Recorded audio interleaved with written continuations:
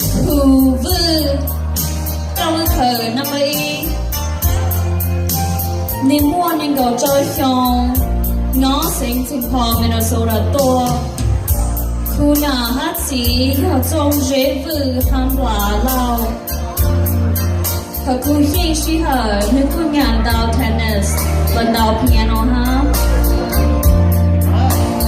khu nhà nhện ở hát xong ở du thời xa cho cháu tuân thái lùa nhắn tầm đê cũng bằng sai ôi thu xong tới hai thu hà lù thời xa cho bây giờ tuân thái lùa.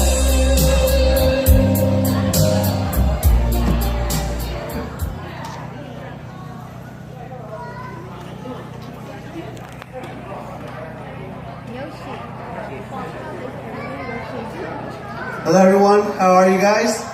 Good! Alright, I hope you guys are enjoying this event as much as I am. For the platform, I honestly almost couldn't think about anything to say. But about 3 weeks ago, I had a occurrence that made me realize this is something that should be talked about, and I think it's worth sharing with everyone. But before I get into it, if I can please get the cooperation from the audience today. How many of you guys in here lost someone important to you or dear to you? Please raise your hand. Okay? Alright, and out of the people that rose their hand, did you guys regret not spending enough time with that person? Can I get you a show of hands? Alright. Okay, so that's what I wanted to talk about today. When a person is alive, we kind of unconsciously neglect their being. But when we see them on their deathbed, we emphasize them a lot. And we regret every moment not spent with them. And that leads me to talk about my platform today, because three weeks ago, my dad had a stroke. Luckily, it was a minor stroke. And it made me think about all the times that I could have talked with my dad. So, here it goes. As the Hmong community begins to grow, expand, and transition into the world, we are open to new opportunities, yet new services that the world offers us. And one of the things that the world offers to us is something called a cellular device. And within the cellular device, we have something called social media in here. And if you don't know what social media is, it's stuff like Facebook, Instagram, and Twitter. But let's just focus on Facebook for now. Facebook was created as an instrument to help us connect better with people, to make better connection with people we want to know. While it's true that it does at the same time, it also takes time away from us that we can spend with the people that we love. And when you think about all the times you spend on Facebook, then as the tragedy hits one of the people that you love, you realize then that instead of spending time on Facebook, you could be spending time with the people you love, making the moments matter, that can matter with them.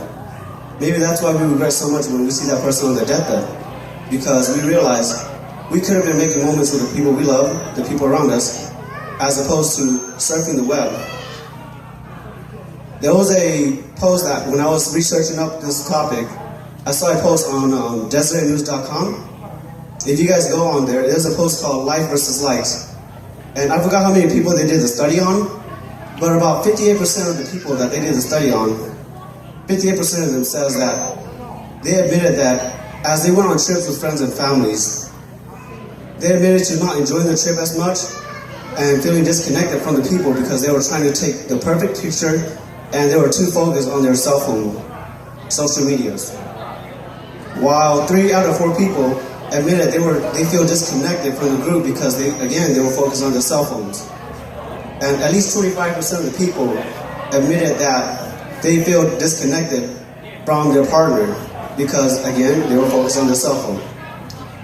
If we look at 20 years ago from today, if you go to a restaurant and you see a family of 10, if you look at those 10 people during that time, you will see that just about every single one of them will be conversing with one another on the table.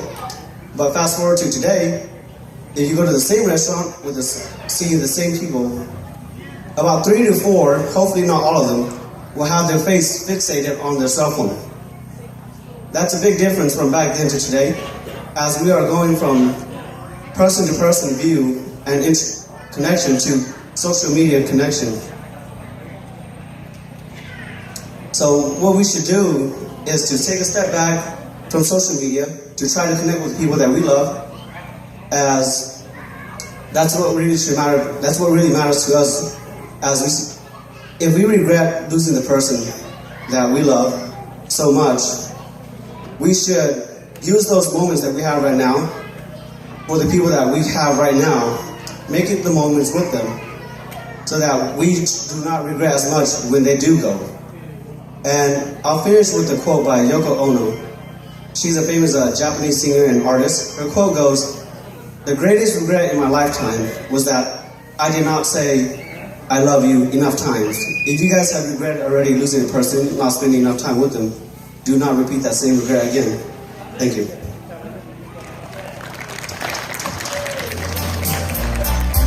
好，是的，我哋以上子就估。